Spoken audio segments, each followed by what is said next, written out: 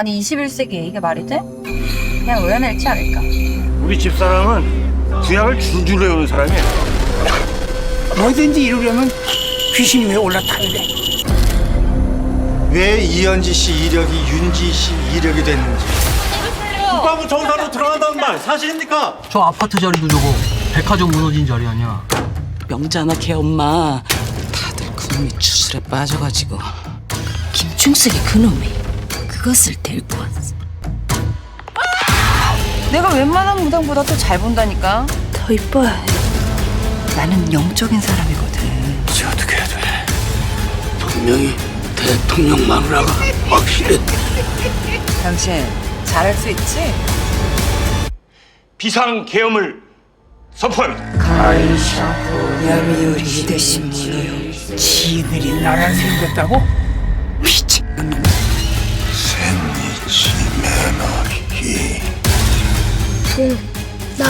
나를 잡으셨어.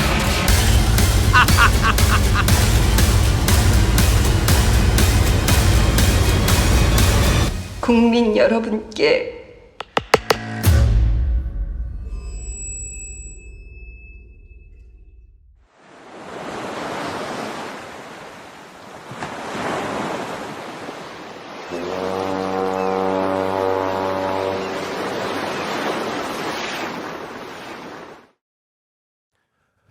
안녕하십니까. 네, 명계남 가라사대 명계남입니다. 여러분 어떻게 지내셨습니까? 지금 녹화 방송을 오늘 하게 되는데요.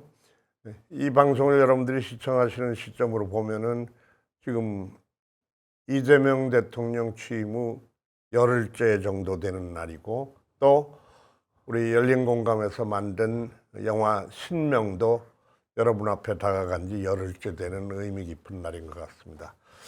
김두일 작가님 오늘 모셨습니다. 네, 안녕하십니까, 김두일입니다. 네. 선생님, 근데 오늘 목소리가 아주 또 좀 지쳐 보이긴 합니다, 지금. 아니, 저는 굉장히 섹시할 것으로 예상됩니다. 섹시한 거는 섹시한데 그래도 좀 이렇게. 아닙니다. 네. 죄송합니다. 제가 미리 말씀을 드렸어야 되는데 네. 제가 상태가 좀 좋진 않습니다. 네. 이게 제가 늙었나 봐요. 그러니까 그 열심히 그냥 한 그 선거 전에 한 열흘 서울에 와서 달렸거든요. 네. 달리고서 그다음에 당선되고서 봉화를 내려갔는데 그 지난 6개월이 너무 힘들었었는지 이해가 안 되는 세상을 살아온 게 맞아요. 그냥 완전히 몸 정신이 그냥 쭉 퍼져버렸어요. 네. 퍼져버려가지고서 컨디션이 안 좋아졌어요. 죄송하게도. 그래서 목소리가 이런데, 그러니까 내려가니까 바로 저 현충일 시즌이잖아요. 그렇죠. 그리고 그렇죠. 대통령이 5월 새로 달, 네. 당선이 되고 네. 그러니까 봉화를 찾아오시는 분들이 아. 무지하게 많이 찾아오시는 거예요. 근데 찾아오시는데 저는 거기서 이제 되게 뭐 인사드리고 그러고 있는데, 묘역에서. 근데 이번에 오신 분들은 다 저를 붙잡고 늘어지시면서 물론 대통령 묘역을 지켜줘서 고맙다 하시는 분들 계시지만은 네. 이재명 이제 텔레비 보기가 좀 편해졌어요 하고 울듯이 고마워하시는 분. 네. 근데 그보다 더 많은 게 네. 지금 신명 보고 왔어요. 신명 보고 왔어요. 신명을 보고 왔다. 예. 와우. 저는 체감상으로 그렇게 여기서 관객과의 인사를 하러 배우들이랑 네. 이제 상영 전에 돌아다녔거든요. 근데 그건 보러 오신 분들한테 우리들이 인사하는 것이 어떤 효과를 가져올까 이러면서 반신반의하기도 했고, 실제적으로 보신 분들이 이렇게 퍼져나가서 극장에 들어가야 할 텐데. 네. 아니, 오시는 분들마다 신명 얘기를 그렇게 하시는 거예요. 그때마다 좀 기운이 나기는 했지만은 컨디션이 나빠져서 지금 네. 상태가 이런 상태로다가 장안의 여러분께- 화제가 되고 있습니다. 신명이 지금 네. 이 체감상으로는 지금 한 거의 1,000만 영화 찍는 분위기예요. 다 오시는 분마다 다 그냥 신명 얘기를 하고 있으면. 그렇죠. 예, 그래서 네. 좋습니다, 뭐 아주 그래도. 제가 어디 관객과의 대화에서 말씀을 드렸는데, 그래서 신명의 주인공은 저는 김기리 씨인 것 같기도 하고 안내상 씨인 것 같기도 하지만은 저는 실은 바로 열공의 구독자들 여러분들이 주인공이다. 정천수라는 사람의 그 열정과 그 집요함과 그 끈기가 만들어낸 것이어서 어쩌면 정천수 이 열공 제작자가 중요한 주인공이고 평가받아야 마땅하지만은 저는 국민이 주인이듯이 이재명이가 주인이 아니라 국민이 네. 주인이듯이 열공도 주인은 정청수나 김규리나 명계남이가 아니라 여러분들이 주인이다 이렇게 생각해서 여러분들에게 박수. 와, 너무 좋습니다. 감사하고 선생님, 제가 한 가지 이 대목에서 궁금증. 예. 배우 명계남이 출연했던 영화 중에 가장 흥행했던 영화는 뭡니까? 흥행? 네. 그렇게 많이 흥행한 거 없을 아니 거예요. 뭐 그래도 그냥 뭐 이 영화가 가장 뭐 관객 수가 제일 많이 들었다. 초록물고기인가? 아니면 아니에요. 초록물고기 아니에요. 네. 초록물고기 뭐 몇십만도 안 들었어요. 그러면요? 네. 그 당시 몇십만 원 그것도 큰 거니까. 아니에요. 그 상업 영화로 치면은 네. 한 100만 넘어간 게 그게 네. 100만 넘었나? 옛날에 저 네. 그 반치광이라는 반치광이요? 영화 있었는데. 반치광의 프로모터. 예. 프로모터. 프로레슬러 얘기 유비호 네. 쪽 프로모터. 그거 기억난다. 기억하시는구나. 그런 거. 그 상업 영화가 많이 하진 않았는데 그런 거 그렇습니다. 아마 그다음에 뭐 되게 고만고만했어요. 그리고 제가 그때 조연으로 출연할 당시에 이제 영화들이 되게 단관 개봉이기 때문에 네, 맞아요. 예, 뭐 그다음에 뭐 세상 밖으로 뭐 이런 것이 세상 좀 밖으로 있었나? 이경영, 김민종 네, 문성근 제가 교도소 보안과장으로 못되게 나왔던 그런 거 있는데 그 관객들이 많이 동원한 건 없는데 제가 이제 자주 조금씩 나와서 제가 이제 저도 영화를 출연했으니까 극장에 보러 가지 않습니까? 근데 이를테면 잠깐 나오니까 이렇게 저도 졸다 보면 제 장면을 놓칠 때도 많아요. 근데 그래서 이제 나 언제 나오지 하고 이렇게 이제 보고 있는데 잠깐 졸았나 봐. 그랬더니 앞에 앉은 젊은 여자분 두 분이 저 아저씨 또 나왔어. 뭐 이러는 거예요. 보니까 나예요. 그러니까 그렇게 조금씩 나왔지 크게 그렇게 하는 건 그래도 없습니다. 신명에서도 분량 자체는 많지 않았지만 워낙 임팩트가 강했잖아요. 아니요, 뭐 그건 뭐 그렇게 봐주시는데 워낙 그 모티브가 된 제가 맡은 역할의 인물이 굉장히 중요하고 지금보다 더 많이 다루어져야 되고 주목받아야 되는데 아직은 이제 그렇진 못한 단계인데 그래서 아마 이제 명계남이가 맡은 역할은 뭐지 하는 분들도 계시고 그러면 저 양반이 실제로 뭔가 뭐 이런 의문점을 갖게 하긴 했죠. 근데 아마 진짜 저는 이 신명 보면서 이건 한 진짜 10부작이나 최소한도 8부작의 그런 OTT 드라마로 만들어야 되지 않는가. 그러니까 정PD도 그런 얘기 하시더라고요. 하고 싶은 얘기 많고 취재한 얘기도 많고 다루어서 던져주고 싶은 얘기들이 많은데 영화라는 2시간 내 어쨌든 그 영화가 그렇잖아요. 저도 영화 제작해봤지만은 이게 보통 상업 영화의 툴상 1시간 반을 기준으로 잡잖아요. 1시간 반 넘어가면은 관객들이 허리가 꼬일 수도 있고 방광이 터지죠. 웬간히 재밌지 않으면 그래서 1시간 반 단위다가 상업 영화들이 기준을 그렇게 잡거든요. 근데 저는 주로 2시간 반짜리 박하스탕 초록물고기 오아시스 다 2시간 반짜리지만 그 극장에서 되게 싫어합니다. 이 영화도 벌써 2시간이잖아요. 그럼요. 1시간 50 몇 분인데 이거 좀 문제되거든요. 극장에서는 하루에 여러 개를 걸어야 돈이 되니까 한 번이라도 더 돌려야 되니까 그런 점이 있습니다. 그래서 이 영화의 길이도 중요한데 그리고 일반 관객이나 미디어를 접하는 수용자들이 받아들일 수 있는 시간 그리고 그것들을 긴장감을 유지하고 그 스토리를 따라갈 수 있는 시간 뭐 이런 것이 심리학적으로 있나 봐요. 그래서 대충 상업 영화 쪽에서는 1시간 반 뭐 그렇게 얘기를 하더라고요. 어쨌거나 지금 이 많은 분들이 보고 계셔서 이제 지금 또 판이 특검판으로 가지 않습니까? 그럼요. 그래서 물론 지금 뭐 영화랑은 뭐 비교할 수는 없지만은 김건희 여사 같은 경우 이제 검찰에서 소환하려다가 특검이 이렇게 되니까 소환은 늦춰진 것 같은 생각도 들긴 하는데 나중에라도 아마 이 영화를 다시 한번 이렇게 수정해서 보거나 정리할 필요성이 있지 않을까 이런 생각도 듭니다. 저는 지금 이제 속칭 3특검, 네. 내란 특검, 김건희 특검, 최상병 특검이 있죠. 뭐 세 가지 다 제가 집필한 내란일지라는 책에 다 중요한 내용으로 들어가 있고요. 네네. 그리고 이 중에서 이제 김건희 특검에 관련된 것은 여기 뭐 영화상에서는 건재법사, 우리 상으로는 건진법사가 있죠. 그래서 이 그 최근에 이 건진법사라는 사람이 통일교에 직접 접촉을 해서 이 김건희 여사에게 전달해 주는 그 샤넬백을 받은 것도 이미 이제 검찰 수사에서 나왔어요.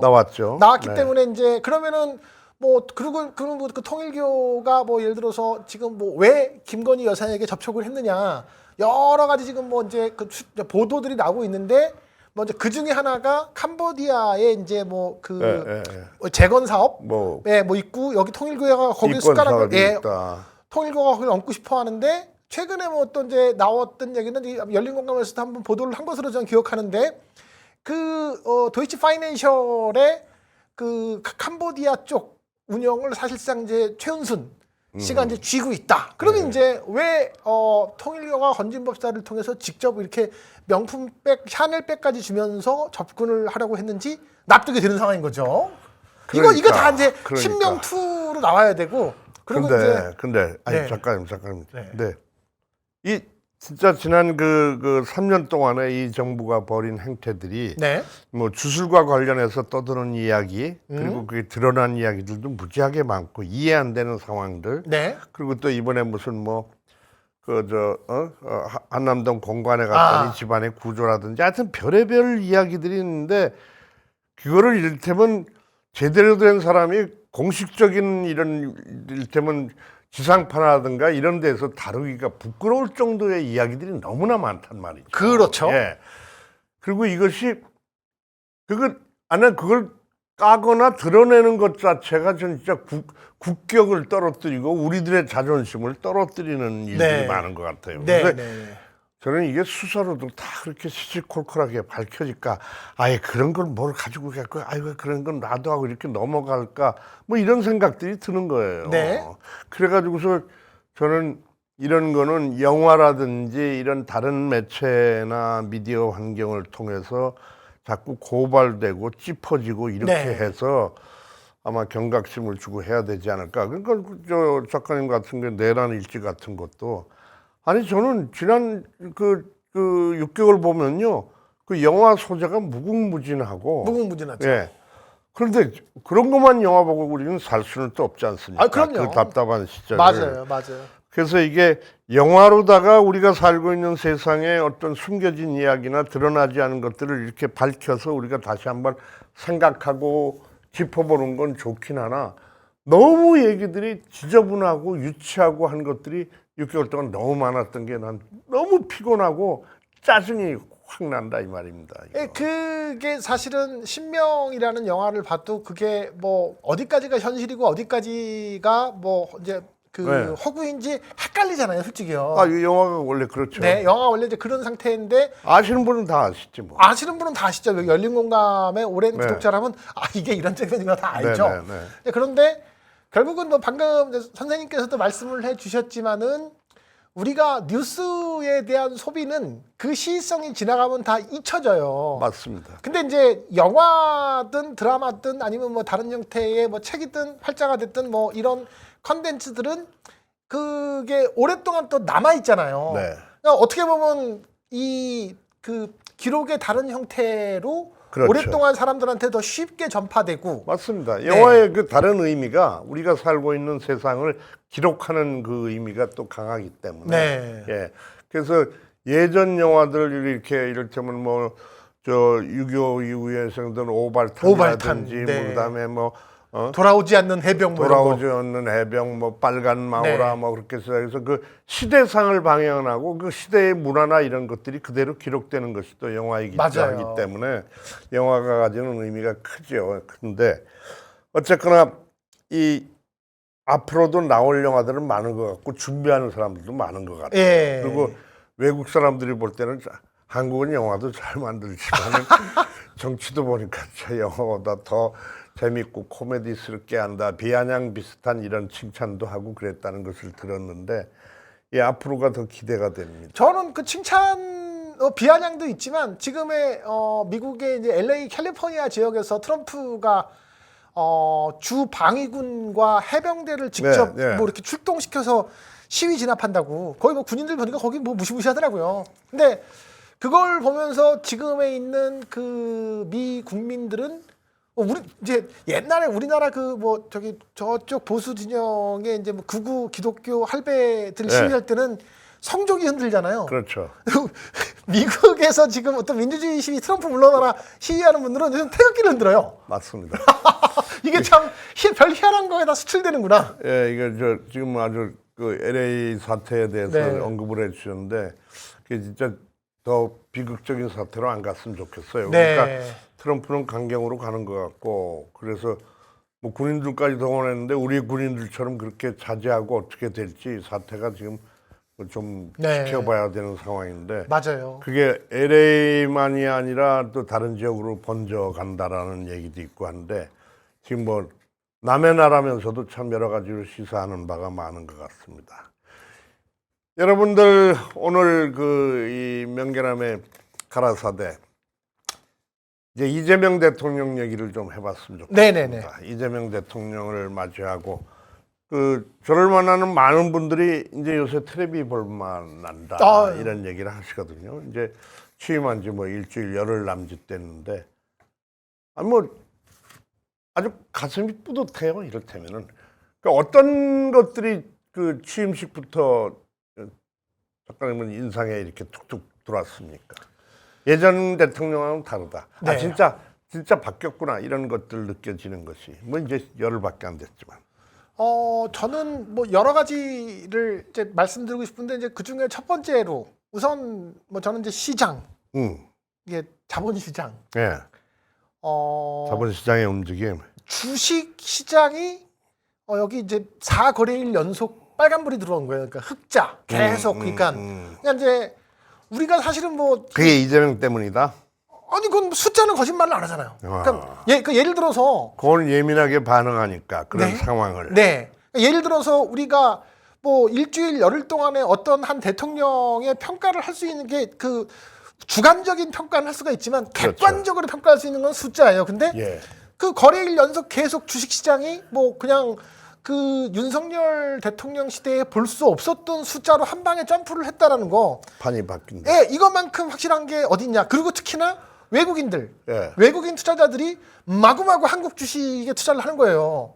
이게 한 3일 동안에 2조 넘는 돈을 그냥 순매수. 아니 그 주식 얘기하시니까 그렇지만 그 후보 시절에 이재명 대통령이 이를테면 추가지수 5천 시대 된다, 5천 된다 그랬잖아요. 그러니까 옆에 뭐 경제 전문가들도 뭐 대답하다가 이제 피식 웃으면서 무슨 근거로 그딴 얘기를 하는 게. 근데 사실은 저는 잘 모르지만 이재명 대통령이 주식에 대해서 전문가급의 그런 사람이란 말이에요. 그래서 5천이니까 아무것도 모르는 나도 저거를 무슨 한 100만 원어치라도 어디를 빚을 내서 사봐야 되나 이런 생각이 들고 분위기가 그렇게 돼가는 것 같아요. 그래서 이거는 그리고 제가 이제 이 이재명 대통령으로다 포인트를 옮겨가면은 저 양반이 허튼 소리를 잘 안 해요. 그러니까요. 이 대안과 이걸 가지고 얘기하는 사람이거든요. 네. 이게 그 점이 좀 굉장히 다르게 보이는 거예요.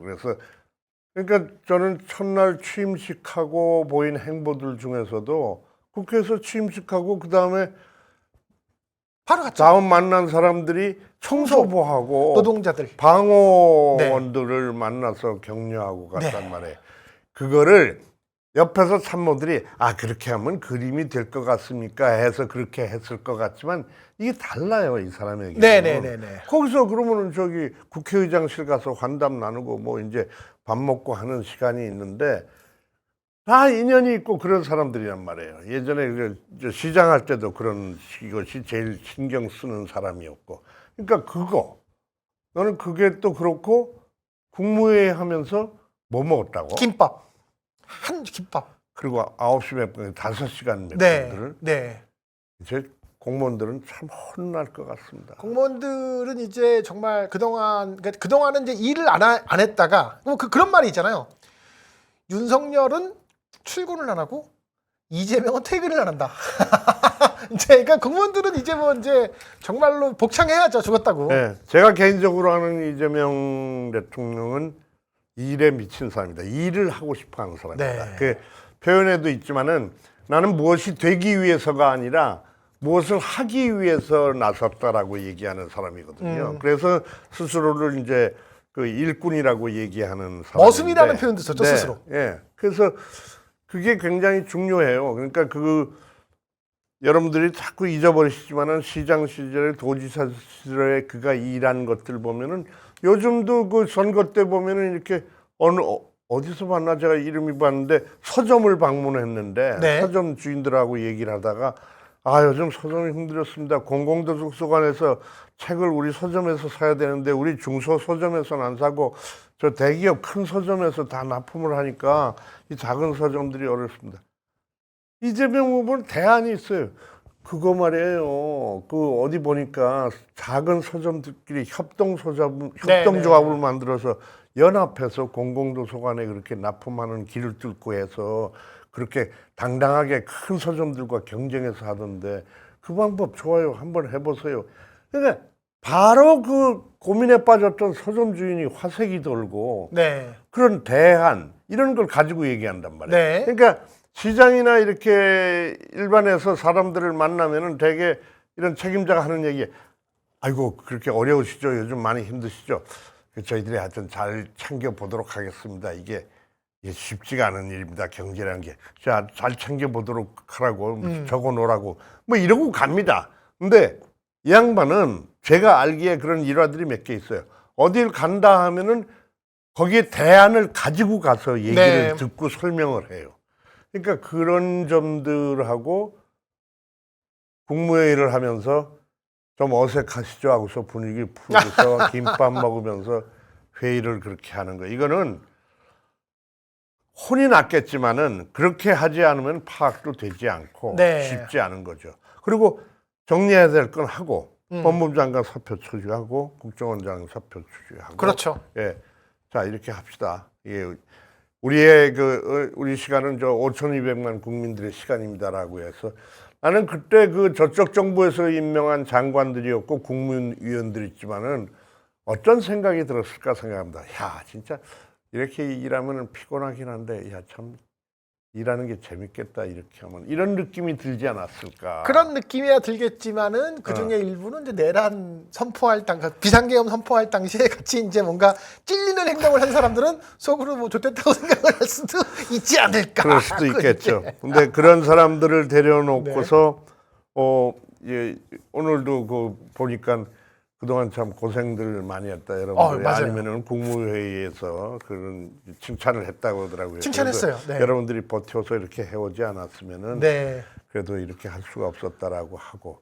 그러니까 이 참 아주 대통령이 제가 이런 말하지만 영민하고 네. 이걸 꿰뚫어서 그 상대방이 얘기를 어떻게 들을 것인지 어떻게 해야 그들이 움직이게 할 것인지를 잘 아는 네. 아주 정말 여우 같은 아주 현명한 대통령이 아닌가 이런 생각이 듭니다. 뭐 물론 오늘 그 썸네일로다가 이재명 시대 우리 개시민들은 무엇을 할 것인가 했지만은 그 후에 이제 앞으로도 지켜볼 시간들이 많죠. 이재명 대통령은 지금 보니까 인사 문제라든지 이런 것들도 새로운 스타일 아닙니까? 완전 새로운 스타일이죠. 예, 뭐 국민 추천제도 오늘 뭐 네. 공개를 했고 저도 추천을 해볼까 그러는데 추천 뭐 하고 싶은 분 있습니까? 뭐 하고 싶은 먼저 하고 싶은 자리 있어요? 저요? 제가 뭐 네. 저는 추천하고 싶은 분야가 있는데 네. 저는 노무현 대통령 때 그 만들어진 동북아 역사 재단이라고 있어요. 동북아 역사 재단. 그게 참 제대로 된 그 설립 취지가 좋은데 그 후에 변질이 돼서 네. 거기에 학자들이 그저 나눠 먹기식 논문 쓰는 형태로 가는 네. 점도 없지 않아 있고 네. 뉴라이트 계열의 역사학자들이 그치. 많이 들어가 네, 있습니다. 네, 그래서 네. 본래 취지대로 제대로 다시 만들어서 할 필요가 있다고 생각돼서 그쪽에 제가 뭐 존경하는 분을 그걸 대개 이제 사학자들이나 일반 교수 위주로만 이렇게 하는데 네. 그게 이제 이게 패거리 형태가 되고 끼리끼리 형태가 되는 피해단이 있어요. 잘도 하지만은. 네. 그래서 그걸 다른 식으로다가 이를테면은 정치인들 중에서 역사의식이 투철한 책임 있는 사람이 끌고 가서 그거는 그냥 단순한 연구기관이 아니거든요. 네. 그러니까 정책 대안을 만들고 역사도 정리하고 그걸 외교로 다 풀어내고 실행력을 만들기 위해서 만든 역사재단인데 지금은 그냥 그렇게 돼버리고 말았어요. 그래서 그쪽에 이제 인물을 추천하고 싶은 생각이 있습니다. 좋군요. 네. 저는 개인적으로 또 저도 저는 중국에 오래 있었고 네. 그 다음에 그쪽에 이제 문화 콘텐츠 관련된 비즈니스들을 많이 했던 사람이에요. 네. 지금 이렇게 뭐 그래서 시사 방송을 하지만 누굴 추천하게요? 어떤 아니, 분야? 누구라는 것보다 이제 분야가 예를 들어서 어디? 뭐 문화부 장관이나 아니면 문화부 장관? 장관 산하에 어쨌든 이런 중국 북경문화원장? 뭐 그게 돼도 돼요. 여하튼 그래서 가령 지금 그 이재명 대통령이 당선되자마자 황구시보라고 중국의 관영 매체가 있습니다. 예. 우리 황구시보라고 하는 중국 관영 매체인데 그 관영 매체에서 뭐라고 사설을 냈냐면 한한령 네. 과거에 박근혜 대통령 시절에 이제 사드를 설치하면서 우리나라의 문화 콘텐츠의 수입을 이렇게 정부 차원에서 막는 게 그게 한한령이고 그 한한령 때문에 우리나라 콘텐츠 기업의 뭐 그 이전까지 정말 잘 나갔죠. 뭐 한류가 뭐 지금도 한류가 인기인데 네. 차이가 있어요. 네. 한한령이 발생되기 전과 이전이 그 이전에는 공식적으로 수입을 해가서 터졌다면 그 이후로는 이제 불법으로 터진 겁니다. 불법 시장만. 그렇죠. 그러니까 뭐 최근에 유명한 뭐 폭삭 소가수다 같은 드라마가 중국에 안 본 사람이 없어요. 근데 불법으로 봤습니다. 그러니까 이 지하 세계만 이제 띄우게 하는. 그래서 저는 근데 이제 중국에 제가 오래 살아본 또 중국 뭐 이 관내 비즈니스의 성격을 아는데 얘네들은 우리나라 예전 뭐 그 박정희 때와 비슷해서 윗사람이 어떤 이야기를 하기 전에는 밑에 사람들이 뭘 못해요. 그렇지. 그러면 이제 위에서 뭐 야 한한령 해라고 뭐 이러면서 누군가 뭐 시진핑이 얘기했으면 야 이제 이거 해제해 라는 말을 하기 전에는 절대로 그 밑에 애들은 못한다고요.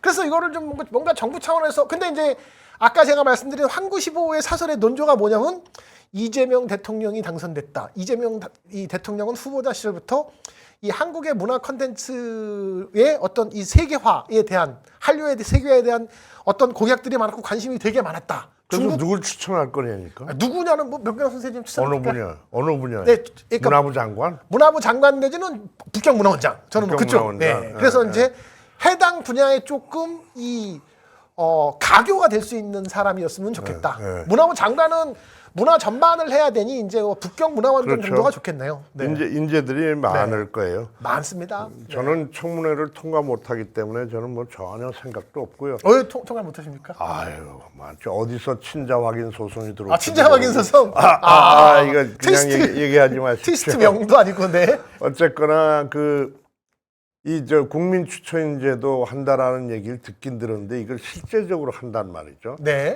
여러분들은 어떻게 받아들이실지 몰라도 다 추천해 보시기 바랍니다. 네. 이게 나는 뭐 되게 이제 장관직이나 공공기관장급을 이렇게 얘기하시는데 이런 사람이 되었으면 구체적인 인물을 적시하지는 않으셔도 이제까지 이런 사람이 됐으면 좋겠다. 이를테면은 뭐 관광공사 사장도 있을 수 있고 국책기관도 있을 수 있고 지금은 이름이 바뀌어 있지만 정신문화연구원 원장이라든지 나라의 근간을 이루는 그 중요한 부서, 그다음에 뭐 교육부 장관, 나름대로 각자 느끼시고 피부적으로 가져오셨던 생각들이 있을 거예요.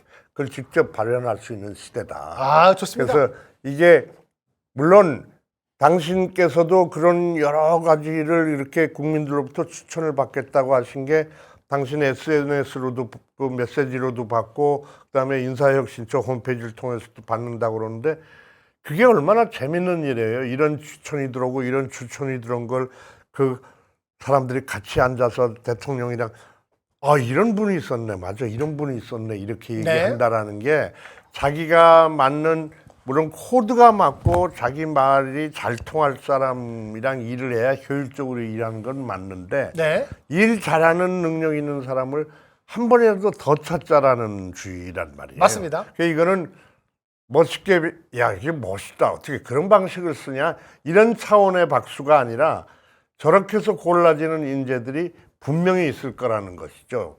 보통 생각할 수 없는. 그래서 이거는 혁신적인 그런 방법이다. 예전에 노무현 대통령도 이를테면 당신이 전혀 모르는 그 이용섭 관세청장을 국세청장으로 발탁을 했거든요. 왜? 아니 관세청장이 일을 하는데 뭘 무지하게 잘한다는 얘기를 들은 거예요. 그래서 네. 저 사람 잘하네. 일면식도 없어요. 그래서 불러서 국세청을 맡긴 거예요. 그러니까 이용섭 그때 당시 정말은 아니 내가 왜 갑자기 왜 나를 노무현 대통령 안 적도 없고 만난 적도 없는데 그 일로 다 평가하는 거예요. 그다음에 이용섭 장관이 나중에 국토교통부 장관 됐거든요. 그래서 저는 저 북한에 저기 금강산 갈 때 그때 잠깐 뵌 적인데 근데 물어봤어요. 이 장관은 어떻게 노무현 대통령 전혀 몰라요. 근데 저는 자기가 그냥 말로만 듣고 인터넷이나 뉴스에 나오는 노무현이라는 사람만 알았지.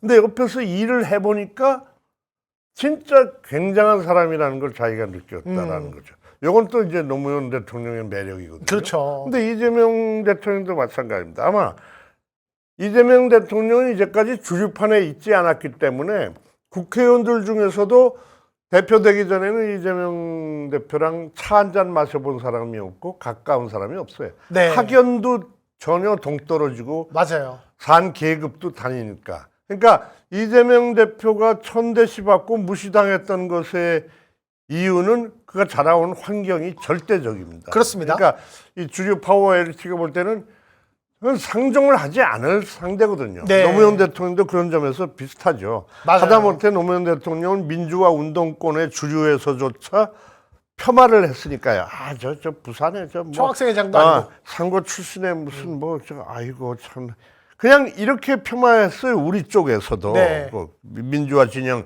운동권 세력에서 뭐 이재명 대통령은 더하죠. 그러니까 사람들이 이제 우습게 보고 폄하하고 우리랑 결이 다른 사람, 함께 어울리지 않을 사람 이렇게 하는 거죠. 아, 여러분은 그렇지 않으십니까? 동네에서 이럴 때 하다못해 노숙자나 아니면 아주 그 힘든 모양새에 몰골을 하고 지나가는 친구들이랑 같이 내 아이가 논다고 생각했을 때 심하게 하진 않대도 이리 와 해서 또 이렇게 데리고 가고 띄워놓으려고 하는 정서들이 있단 말이죠. 요즘은 심해요. 임대 네. 아파트를 같이 뭐 어디 무슨 뭐 강남에 짓는데 이거 같이 막 분류해서 짓고 뭐 과태료 내고 막 그런 세상이에요. 절대도 그런 겁니다. 그런 네. 거. 그래서 저는 우리가 이재명 대통령 이후에 우리들은 뭘 해야 할 것이냐를 얘기하기 위해서 지금 있긴 있는데 지금 비판들이 이제 며칠 되니까 나오기 시작하긴 해요. 징글징글해요. 저 레거시 미디어에서도 뭐 대통령은 바뀌었는데 무슨 뭐 식당에 손님은 아직 없다. 대통령이 지난 지 3일 뒤에 나온 기사거든요. 예? 20년간 횟집했는데 너무 힘들다는 얘기를 왜 윤석열 시대에 안 하다 갑자기 딱 이재명 대통령 취임하자마자 하는지. 아니 저는 그거를 기사라고 쓰는 사람의 양식도 문제고 그렇게 네. 해서 어떻게 흠집을 내보겠다라는 의도성을 가진 게 그거는 나는 진짜 언론이라고 얘기할 수 없습니다. 이제까지 그런 걸 수도 없이 많이 봐왔지만은 그게 말이 됩니까? 3일 만에. 그리고 보통 보면은 무슨 허니문 기간이라고 해서 막 한 달, 맞아요. 석 달 동안은 이 대통령이 지금 인수위도 없이 해서 참모 진영도 갖춰지지 않고 아니 청와대 용산에 들어갔더니 종이 하나, 연필 하나도 없이 다 그냥 이런 PC까지 파쇄한. 이건 말이 안 되는 거거든요. 저는 그 사람들 처벌받아야 된다고 생각해요. 정진석 대통령 비서실장하고 그 사람들이 지시해서 윤재순. 윤재순 그 총무비서관이 네. 아니 인수인계를 하는 시간은 없었다 치고 그건 의무가 아니었다고 쳐도 어떻게 일하던 자세에 거기를 종이 한 장 없이 연필 한 자루 없이 인터넷 회선 하나 없이 그렇게 다 치우고 있던 공무원들을 다 원대복귀를 시킵니까? 이거는 일하지 못하고 배방 놓겠다는 거 아닙니까? 난 이거 법적으로 어떻게 되는지 따져봐야 된다고요.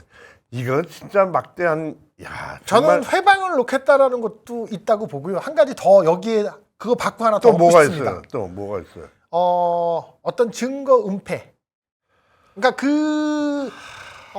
대통령실에서 온갖 불법과 비위 행위들이 많았을 것이다. 지금 당장 뭐 감사원에서 불법 증축물에 대한 것도 지금 뭐 이제는 이제 뭐 8.16 광복 운동 한다고 이제 와서 이제 그걸 다시 이제 무슨 뭐 특검으로 넘기려 전에 막 그러고 있는데 그 속에서 얼마나 많은 수많은 비위 행위들이 뭐 단순하게 감사원에서 잡아낸 뭐 그 스크린 골프장 말고도 많은 일들이 네. 있었던 거고 이건 결국은 다 기록 보면 나오니까 이제 그걸 다 싹 다 없애기 위해서 그랬을 것이다라고 좀 보겠습니다. 이재명 대통령이 일단 청와대가 보수되기 전까지는 용산 대통령을 쓸 수밖에 없어서 들어가서 한 첫 번째 일성이 여기 와보니까 무덤 같다라는 그걸 웃으면서 얘기했는데 네. 나는 속심사가 어땠을까? 그래, 좋아. 이러고 다시 마음을 다잡으셨을 텐데 대우받지 못하는 이를테면은 그리고 그런 막무가내한 정권으로부터 이렇게 엉망이 된 국가를 물려받아서 이거를 되살려야 되는 그러니까 사실 연필 하나 안 남겨놓고 이런 것이 문제가 아니라 그 양반은 이재명 대통령은 앞으로 해야 될 일에 대한 생각들 때문에 아마 그 분노는 접었을 거라고 생각이 되는데요. 이제 언론의 기조도 이제 점점 이제 바뀌어질 겁니다. 아마 이렇게 어떻게 흠집을 네. 내려고 그러고 그리고 중요한 화두가 하나로 되고 있는 게 작가님 어떻게 보세요? 이재명 대통령이 취임사에서 그랬고 늘 강조한 것이 정치 보복은 안 한다. 네. 그리고 자기가 당한 것은 정치 보복이 아니라 어떤 의미에서는 탄압이었는데 네. 그걸 가지고 자기가 어떻게 한다라면 이제 보복이 되겠고 또 그것도 보복에 또 보복이 될 테니까 그거는 없어져야 된다. 그러나 내란 수사라든지 잘못된 것들의 법적인 정리 같은 것, 진실을 밝혀내고 하는 것은 네. 이거는 보복이 아니고 이건 반드시 정리해야 될 문제라는 것을 분명히 구분을 해 주셨단 말이에요. 그렇죠. 근데 지금 국힘 쪽이나 이쪽에서 나오는 여러 가지 언사들을 보면은 이걸 혼동해서 뒤집어서 막 이렇게 호도하려고 그래요. 네. 예. 아니 무슨 특검을 한다는데 그게 정치 보복이라고 그러고 네. 내란 특검, 최상병 이 말도 안 되는 얘기를 다 호도하거든요. 근데 이런 것은 정리를 해서 언론에서 써줘야 되는데 이건 분명히 다른 종류의 얘기란 말입니다. 네. 근데 이렇게 해서 물타기를 해서 계속 저쪽에서는 할 일이 없으니까 그렇게 하겠죠. 저는 이것들이 정리되는데 한동안 시끄럽고 그럴 거라고 생각이 됩니다. 어떻게 보세요? 저도 선생님 의견에 이제 대동소이한데 정치 보복을 안 하죠. 그러나 모든 건 법대로 원칙대로 하죠. 내란 수사는 정치 보복이 아닙니다. 네. 명쾌한 증거가 있고 또 그 현장이 다 12.3의 밤이 카메라로 생중계됐기 때문에 결국은 헌법재판소에서도 파면된 거 아니겠습니까? 그리고 그렇죠. 지금의 내란 수괴죄로 재판을 받고 있는 상황이 되는 거고 그 이후로도 엄청나게 수많은 여러 가지 가담 범죄 행위들이 지금 쏟아져 나오고 있기 때문에 밝혀지지 않은 게 많죠. 많죠. 거의 드러나 있으나 이게 증거를 조작하거나 증거를 없애거나 연필 한 자루 없이 한 것도 전 그게 다 이제 연관되었을 것이다라고 저는 보는 편이고요. 그래서 그런 것들도 아니 비화폰 같은 거 참 그런 말도 참 처음 들어봤는데 네. 그거를 증거를 없애라고 지시한 대통령이나 증거 인멸을 지시한 거죠. 이거는 그리고 뭐 경호처에서 무슨 사과를 하긴 했는데 사병화처럼 굴었던 거에서 네. 국민한테 죄송한다고 하는데 이게 그렇게 경호처가 정상적인 법 집행을 하는 체포영장을 가지고 온 사람들을 막고 네. 너네 총은 안 쏘냐 하는 얘기를 듣고 할 정도의 그런 불법적인 행위를 저진 그걸 조사를 안 한다고요? 그걸 조사하고 그러면 그게 정치 보복이라고요? 절대로 아니죠. 내란 수괴를 처리하고 그 법법 행위를 밝혀내는 것들이 가장 중요한 일이죠. 이거는 정치 보복의 차원이 아닙니다. 내란 종식은 이재명 후보자 시절 제1 공약이었고 그러니까 민생경제 회복과 내란 종식은 지금 이재명 정부에서 가장 중요하게 해 나가야 될 부분들이다. 그리고 맞습니다. 증거 인멸을 했는데 네. 지금 이제 그것도 결국은 남았잖아요. 그 증거들도 지금 비하폰 서버들을 복구해서 보니까 뭐 그 당일날 계엄 선포하고 제일 먼저 통화한 사람들 뭐 막 나오는데 거기 뭐 추경호도 있고 뭐 네, 나경원도 네. 있고 막 다 네, 나오잖아요. 예. 근데 그게 무슨 정치 보복이야? 그거는 그냥 증거 말도 안 인멸을 되는. 하려다 실패해서 내란 종식을 국민들한테 약속한 내란 종식을 해 나가는 과정일 뿐이다. 그렇습니다.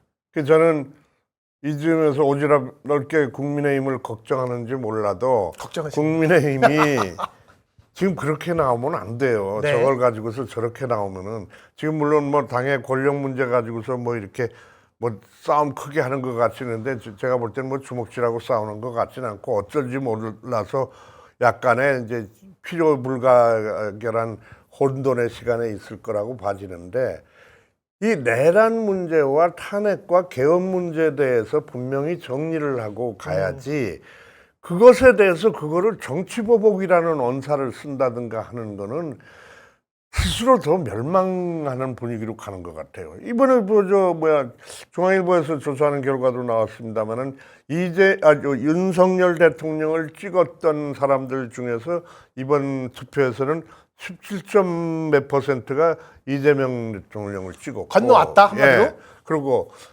그 윤석열 대통령을 찍었던 사람들 중에서 44점 몇 퍼센트가 국민의힘은 탄핵과 저 문제를 정리를 했었어야 된다.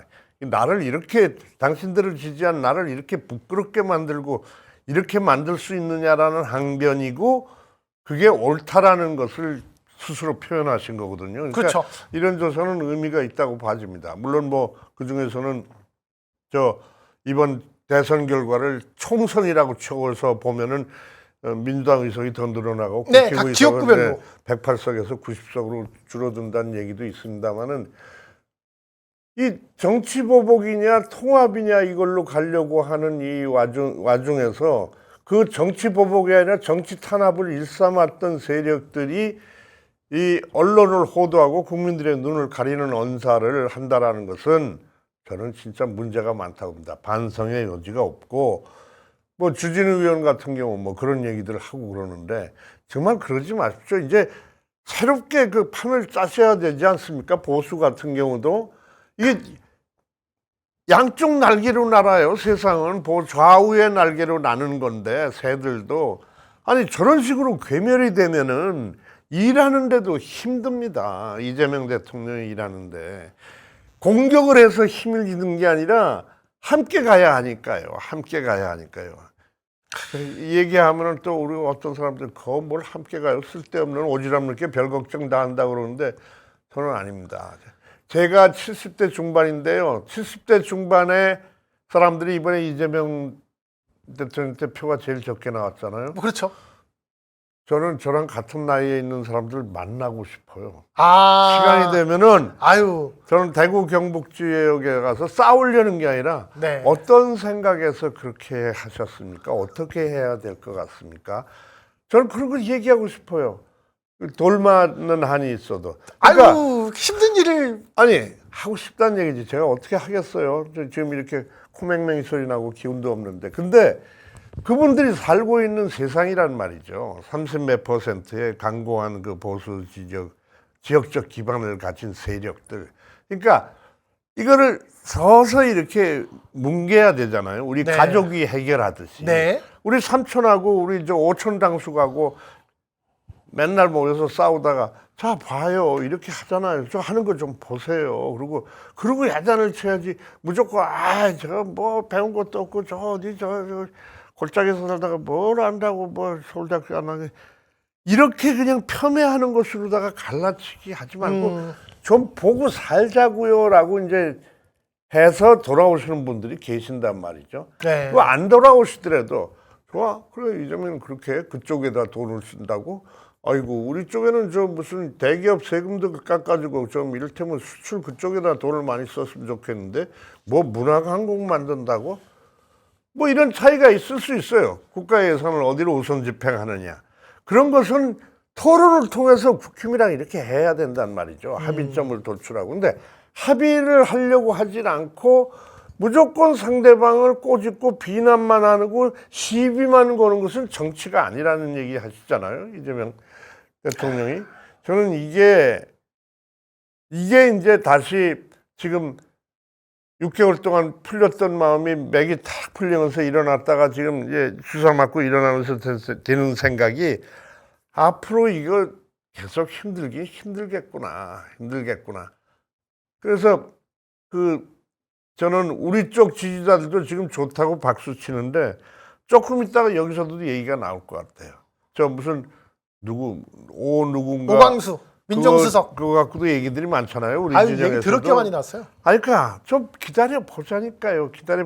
제가 인터넷에서 한 동지가 쓴 글을 봤는데 노무현 대통령 때도 말이죠. 노무현 대통령 당선되고 나서 기억하실 거예요. 이쪽 좌파 진영에서는 아니 우리가 지지해서 노무현으로 당선시켜주는데 빨리 저 새끼들 거 다 뺏어와야 될 거냐, 왜 안 뺏어오는 거야 라고 소리를 치고, 그 다음에 저쪽 보수 기득권 세계에서는 어디서 이 무지랭이 저 시골 초원 변호사가 무슨 웃자다가 무슨 뭐 웅짝웅짝해서 바람 타고 대통령이 돼서 우리 거 다 뺏어가려냐 하고서 안 뺏어가려고 덤비고. 그러니까 취임하자마자부터 양쪽, 이를테면 따지고 말해서 좌파, 진보 세력하고 보수 기득권 세력이 다 공격을 하는 거예요. 다 공격을. 이거 막 우리 내부에서도 그랬어요. 노사모 안에서도 그랬고 민주진영에서도 그랬고, 저러면 안 되는데. 화물연대 파업, 이라크 파병, 그다음에 한미 FTA. 예, 그래서 지금 생각해 보면은 뭐 그 이라크 파병의 결정도 어쩔 수 없었고, 한미 FTA는 우리나라 경제에 굉장히 중요한, 지금은 이제 트럼프가 한미 FTA를 깰까봐 걱정하고 있는데, 그때 한미 FTA를 진보 진영에서 반대해서 막 노무현 그렇죠. 대통령 지지를 천연안에 만에. 근데 저도 뭐 그때만 하더라도 이제 30대 나이라 뭘 잘 몰랐을 때였어요. 네네네. 그래서 그냥 그런 것들을 이게 그 진영에 이제 어디 예를 들어서 무슨 한경호라고 불리우는 논조를 보고 보면, 아니 서프라이즈 같은 데서 이렇게 글이 올라오면 그게 맞는가 보다 그래서 노무현이 잘못했네 막. 다 그랬어요. 아유 정말. 그래서 다 그랬어요. 나중에 양쪽에서 두들겨 맞다 보니까는 결국은 이 모든 건 다 노무현 탓이다. 이런 말이 당선돼서도 사면 초과에 몰렸죠. 근데 오늘 이재명 대통령은 물론 그러지 않을 겁니다. 사면 초과에 몰려서 그때 거 길게 추억할 것도 없이 취임 11일째 되는 날부터 조선일보에서 노무현 대통령의 탄핵을 언급하기 시작했고 전방위 공격을 가했었는데, 저는 우리들 이제 깨시민들, 제가 아까 얘기한 국민의힘 쪽에 이렇게 부탁하는 건 오지랖 넓은 건방진 소리라고 치고, 우리 쪽의 사람들이 주의해야 될 것이나 생각해야 될 게 뭔가 지금 여유 있게 이 판에서. 그래서 제가 한 글을 읽어보려고 합니다. 이재명 대통령과 빛의 정부 출범이 너무도 기쁘고 대선 승리 후 행복한 하루를 보냅니다. 어느 네티즌의 글이에요. 그러면서 한편으로는 또 다른 걱정이 함께합니다. 우리 모두는 윤석열 집권 3년 동안 너무 힘들었고, 비상계엄 이후 6개월간 편히 밤잠 이룰 수 없는 시간을 보냈습니다. 그랬기에 더욱 이재명 대통령에게 기대를 많이 갖고 있습니다. 예전 이야기지만 노무현 정부 초창기도 그랬습니다. 엘리트 권력과 언론들의 지지를 받지 못한 노무현이 국민들의 눈물 나는 지지로 대통령으로 당선되는 과정이 지금도 너무 닮아 있습니다. 노무현 정부 출범이 시작되자마자 수많은 진보 진영과 노동 시민단체들은 한꺼번에 넘쳐나는 많은 요구를 정권에 쏟아냈고, 이제 우리도 그럴 거예요 아마. 바로 뭔가 대책이 결과물이 나오지 않자 취임하자마자 지금 5천이 돼야 됩니까? 주가가. 자영업자들이 확 살아나야 됩니까? 지금 애를 쓰잖아요. 비난과 공격을 쏟았고 심지어 거리로 쏟아져 나오겠습니다. 심지어 우리에게는 아직도 노사모 하냐는 온갖 비아냥을 보냈습니다. 이재명 정부에게는 시간이 필요합니다. 이 얘기를 하시는 겁니다. 그죠? 시간이 필요하지 않습니까?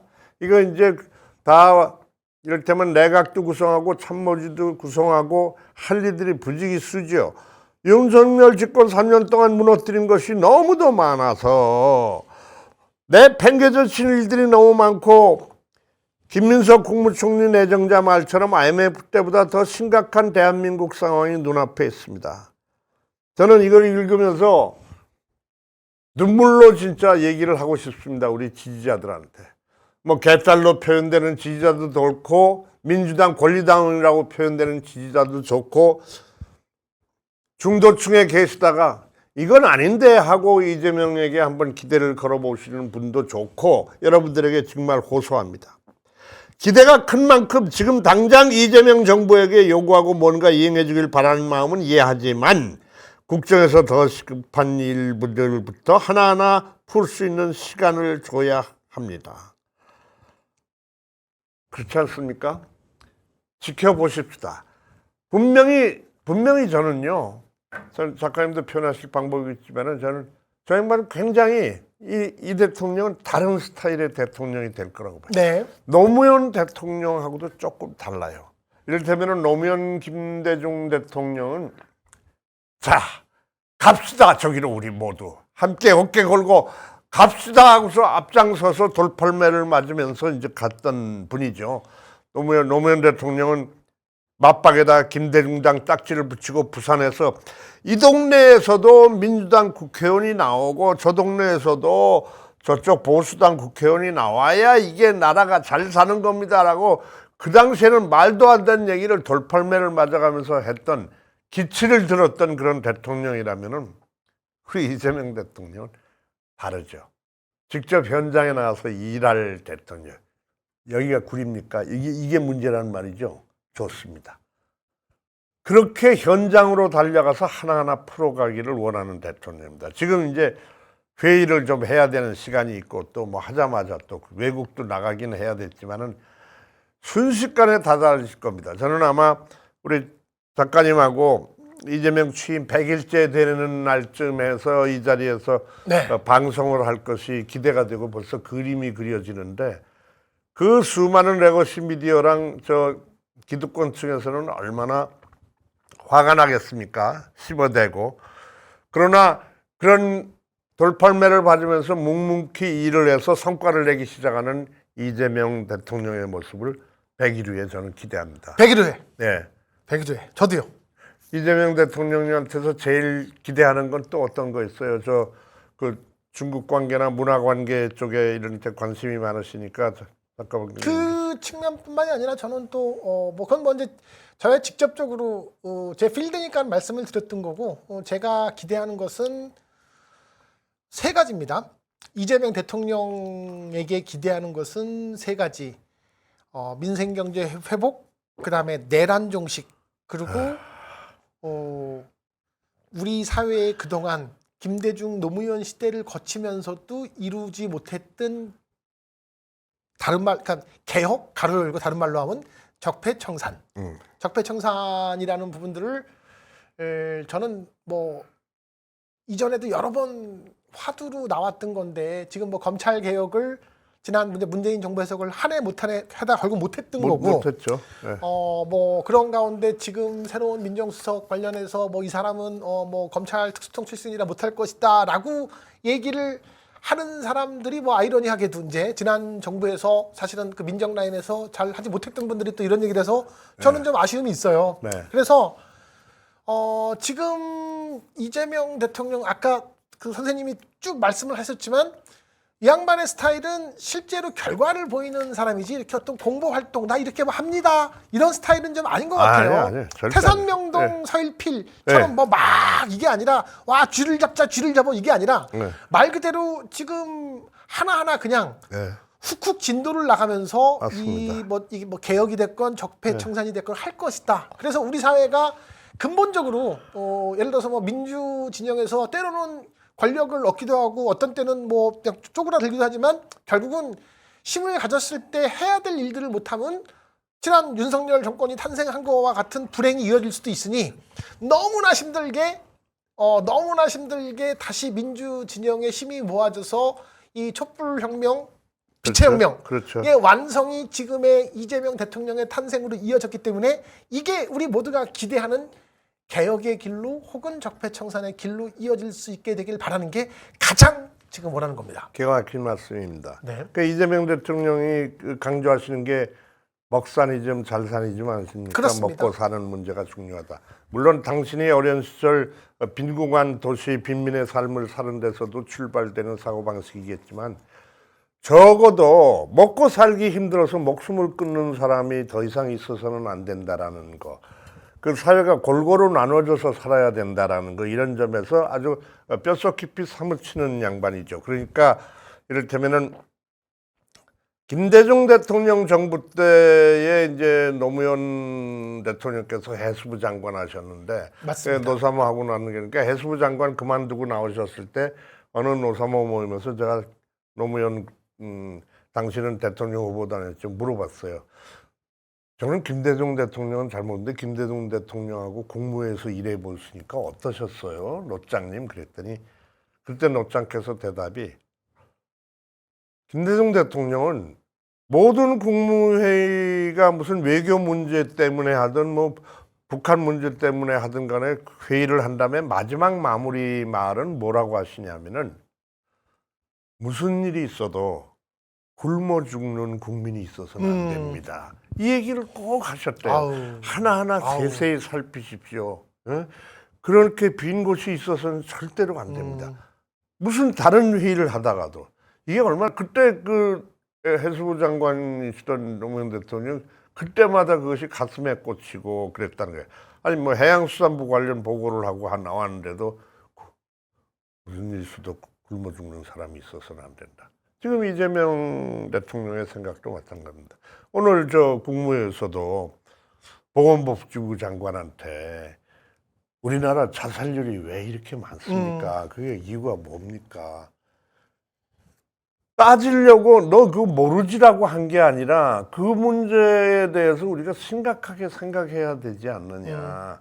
이 얘기를 화두를 꺼낸 거거든요. 그러니까 그게 아니 보건복지부가 우리나라 자살률이 왜 이렇게 높아요? OECD에서 1등이라는 게 이게 창피해서 말이 돼요. 이게 아니로 네. 우리나라에서 왜 이렇게 자살률이 높습니까? 노인들 자살률이 왜 이렇게 높습니까? 이렇게 진지한 화두를 던지니까 바로 보건복지부에서 거기에 대해서 태스크포스를 구성해서 제대로 이렇게 정리를 해가지고 지금 자기가 임명한 그 자기 쪽 대통령이 아니고 지금 과도기에 있는 공무원임에도 불구하고 그걸 정리를 해서 다시 보고를 한다는 거 아닙니까? 근데 윤석열 대통령이나 그 어느 예전에 저쪽 대통령이 자살률이 왜 국민들이 이렇게 많이 이렇게 노인들이 이런 거를 고민해보거나 그런 얘기를 화두로 던져본 사람이 있냐는 얘기죠. 그러니까는 이게 중요한 차이입니다. 중요한 차이. 그래서 저는 이재명 대통령 정부에서는 공무원들이 좀 고생하시겠지만 네. 저 뭐 밤늦게까지 그래도 김밥은 좀 너무했던 것 같은데 하여튼 그 첫 번째는 김밥이었고 두 번째 할 때는 이재명 대통령이 1시간 동안 다른 일정이 생겨갖고 밥 먹으러 갔답니다. 그 사이에 두 번째는 그 사이에. 그 사이에. 예, 그러니까 나 잠깐 다른 회의하러 간 사이에 너희들은 밥 먹어. 뭐 이제 그런 거였죠. 그 일을 하면은 정신을 못 차리는 분이 대통령입니다. 네. 우리 지켜보시고 좀 우리도 요구할 게 많죠. 전 취임사를 가지고 열심히 연구를 하고 있는데 우리 100일째 되면 취임사를 이렇게 한 문장 한 문장 놓고 그렇죠. 지금 여기서 어디까지 갔는지 그래프를 가지고 저도 이재명 대통령에게 따져볼 생각이긴 하지만은 네네. 지켜보자고요. 그래서 저것을 순차적으로 어떻게 진행하고 우선순위를 어떻게 두느냐. 이를테면은 지금 이재명 후보가 노사 후보 때 얘기했던 무슨 전 국민에게 무슨 이제는 기본 지급을 네. 하라는 추경을 한다고 했다가 지금 수정하잖아요. 네. 이렇게 보니까 국가 들어와서 보니까 예산 상태가 이런 것이고 그러면 제일 우선 급한 게 전 국민에게 나누기보다는 소상공인 자영업자 쪽의 구제부터 먼저 해야 되니까 수정해가면서 한단 말이에요. 이렇게. 그러니까 이럴 때마다 이제 이거 가지고 이제 시비를 걸거나 또 뭐 토를 달거나 뭐 많거든요. 물론 그렇게 해야 됩니다. 그렇게 해야 그 비판 속에 있는 숨겨진 의미도 찾긴 찾겠지만은 저는 우리 깨시민들 당분간 응원을 하면서 지켜보자. 추천하자. 그리고 추천하자. 이 사람이 이랬으면 좋겠다. 당신이 이렇게 했으면 좋겠다. 저는 이재명 대통령이 지금 SNS에 페이스북에 글도 올리시고 그러는데 저는 노무현 대통령이 그 페이스북 시대 이 SNS 시대에 살았으면 대단하셨을 것 같아요. 대단했겠죠. 아침에 안타깝습니다. 딱 그랬을 거예요. 우리 그 얘기합니다. 이제 노무현 대통령. 여러분 오늘 조선일보에 이런 기사가 났습니다. 근데 이거는 사실이 아닙니다. 원래는 이런 겁니다. 저는 즉각 하셨을 거라고 봐요. 네. 물론 그런 거를 저 정치적으로 잘 써먹은 사람이 이제 트럼프 대통령이긴 트럼프죠. 하죠. 네, 소셜 트루스. 예, 그걸 가지고서는 그때는 트위터였나요? 그걸 가지고서 네. 뭐 하루에도 수십 건씩 100개씩 올린 적도 있어요. 공격하고 이렇게 네. 하고 그랬죠. 근데 그런 소통을 좋아하셨던 노무현 대통령, 그리고 사안별로도 당신께서 직접 책임 있게 발언하고 문제 해결을 주도하시는 이재명 대통령님의 앞으로 국민과의 소통, 그리고 나타나는 모습을 우리가 지켜보면서 응원하기를 기대를 해봅니다. 여러분들은 어떻게 생각하시는지 모르겠습니까? 그래도 야단은 쳐야지. 그래도 따질 건 따져야지. 글쎄, 그거 조금 있다가 나중에 그렇게 해도 된다, 이 말씀이죠. 우리 작가님, 우리 시민들이, 우리 지지자들이 해야 될 일, 그런 덕목들에 대해서 한 말씀 더 붙이실 말씀이 있으시죠? 저는 아까 말씀하셨지만 허니문, 네. 신혼여행 가서 대출 월세 걱정하고 태어나지도 않은 애 유치원 대학 학비 걱정을 왜 신혼여행 가서 하나요? 신혼여행 가서 싸우는 사람도 있던데. 그러니까 그건 이제 신혼여행 가서는 즐겨야죠. 근데 그거를 너무 이제 우리가 지금 윤석열 시대 그러니까 뭐 최근 6개월은 정말 너무 힘들었고, 그래서 너무나 빛의 혁명의 1차적 완성이 이재명 대통령의 당선으로, 저는 지금은 무엇을 해도 행복하고 효능감 넘치는 정치를 보는 것만으로도, 아침에 뉴스가 그냥 뭐 웬만한 넷플릭스보다 더 재밌는데, 네. 네, 그런 시대를 좀만 더 즐기자. 네. 뭔가 내 마음에 마뜩치 않은 게 있으면 조금만 담아두자. 네. 얼마든지 그런 거를 끄집어낼 수 있는 시간은 온다. 네. 그때까지는 담아두고 이 순간을 즐기자. 허니문이다. 네. 제 의견은 이렇습니다. 고맙습니다. 네. 구독자 여러분, 어떻게 보셨습니까? 앞으로 이 김 작가님이랑 하는 이 고정 방송이 진행이 될 텐데요. 그래서 지금 의논을 하고 있습니다. 그래서 앞으로 우리가 이재명 대통령과 이 이재명 정부가 가는 방향에 대해서 딴지 걸고 꼬집는 언론이나 이런 것들이 많겠죠. 우리 쪽의 비난이나. 이런 것들을 다시 우리가 꼬집는 프로그램을 미디어 비평식으로 할 것인가, 아니면은 그거를 좀 지켜보면서 여러분들이 지치시기도 하셨을 것 같아서 가끔 섞어서 영화 속에 드러난 우리 사회의 문제나 우리 세상의 얘기들을 감성적으로, 이성적으로, 영화적으로 풀어서 여러분들의 그 늦은 시간을 한번 풀어드리는 시간으로 할까, 섞어서 할까. 이거 이제 금명간 정리해서 다음 주부터 여러분들을 제가 최근에 만난 진짜 친구인데요. 아주 정말 좋습니다. 제가 공부를 더 해야 될 것 같고, 여러분들이 이렇게 만나니까 두렵고 떨리는데 잘 프로그램을 만들어 보도록 하겠습니다. 조언도 많이 주시고요. 그러셨으면 좋겠습니다. 오늘 여기까지 할까요? 네, 자, 오늘 명계남 가라사대는 제가 임시 게스트로 나와서 여기까지 하고 물러가도록 하겠습니다. 여러분 고맙습니다. 신명 더 아껴주세요. 대단히 고맙습니다. 신명. 건이.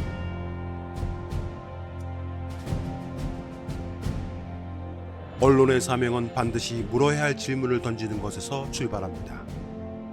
열린공감TV와 탐사전을 오는 정치 권력, 자본 권력 등 그들의 이권과 카르텔을 감시하기 위해 반드시 의혹에 대해 질문하고 진실을 알리겠습니다. 열린공감TV와 탐사전을 오는 시청자 여러분의 후원으로 운영됩니다. ARS 전화 1877-0809를 누르신 후 안내 멘트에 따라 정기 후원에 가입하여 주시길 부탁드립니다.